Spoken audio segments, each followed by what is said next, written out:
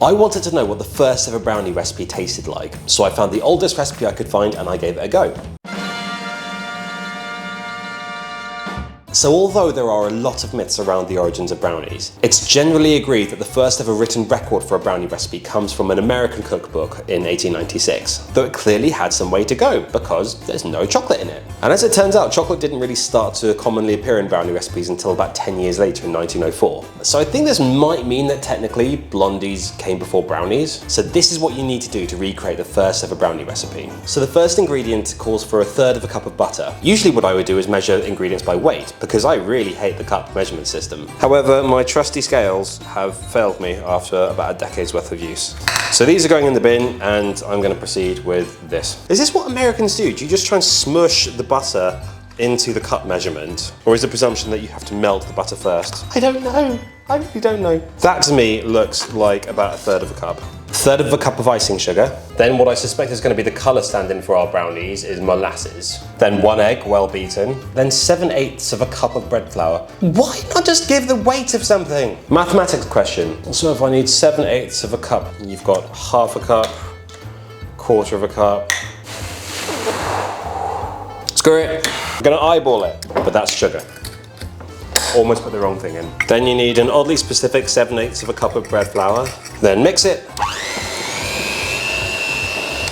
Then you have brownie mix from the 1800s. It says to bake in small, shallow, fancy cake tins. I don't have any small, shallow, fancy cake tins. What do I have instead? So I'm going to grease a tin, line the bottom with parchment paper, then layer it into the cake tin.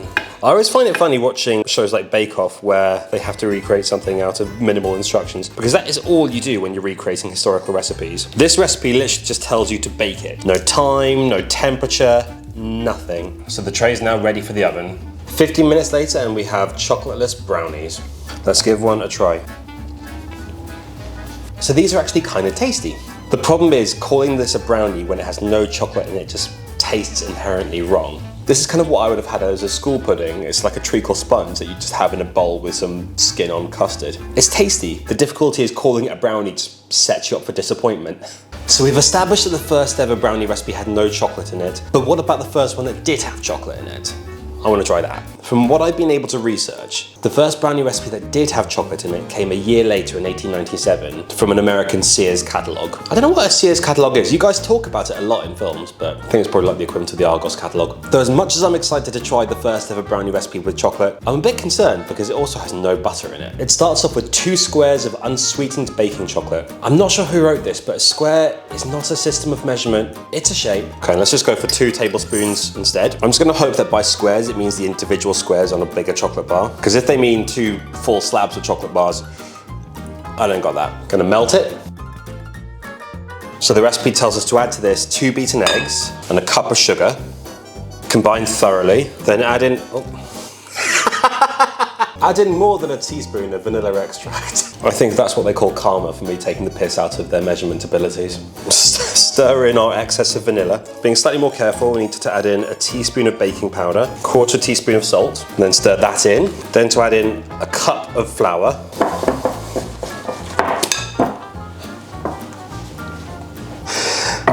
First my scales, then my vanilla, and now my whisk is broken. It also tells you to add in walnuts. I did forget to buy them, but equally well, I hate walnuts in brownies, so I'm not at any great loss. And then we have a slightly pale looking brownie batter. Grease up our roasting dish. So there are some accounts that attribute the creation of the brownie to a woman called Bertha Palmer, who is a prominent figure in Chicago's business and social scene. Bertha was the wife of the hotelier Potter Palmer, who apparently gifted his wife the Palmer House Hotel as a wedding present. The story goes that Bertha asked the pastry chef at her lovely new hotel to invent a special dessert for the 1893 World Fair that her socialite friends could enjoy with her, and which is now known as the Palmer House Brownie, which apparently they still serve at the hotel. Other popular myths about the origin of the brownie. One says that a chef mistakenly added melted chocolate to a biscuit dough. There was another about a cook who didn't have enough flour for a cake and therefore created the brownie instead. There's also another one about a homemaker who forgot to add baking powder to her chocolate cake. And then when it didn't rise, she cut it into squares and served it as a brownie. Though I've yet to see anyone substantiate any of these. It's also quite difficult to investigate chocolate brownie myths, because there was actually a fairy called a brownie in Scottish folklore. A brownie was like a little industrious hobgoblin that would apparently live in houses and barns, and they would apparently perform chores for humans, like tidying up while they were sleeping, as long as you left them out a bowl of milk. So, like many tales involving wisps and fairies, they were pretty mischievous if you didn't treat them nicely. Though you apparently could get rid of a brownie by making it a little brownie suit. This pan is definitely too big for the amount of batter I have, but I don't have anything smaller, so brownie crisps it is. Chocolate brownie mix ready for the oven. So after 15 minutes in the oven, we now have the first ever brownies with chocolate. So to be fair to these guys, they've got the flaky shell that I would want for a brownie. They just look ghostly. This is where the evolution of brownies begin. You've got that sort of dense, chewy fudginess in the middle where it's a little bit under. It still needs more chocolate, but texturally, this is where it's starting to come together. So this here is the dawn of possibly my favorite sweet treat of all time. Two very different takes. We owe a lot to both in different ways. Probably more so this one, because it's actually got chocolate in it. Definitely something we've perfected since, but quite fun to see how it started.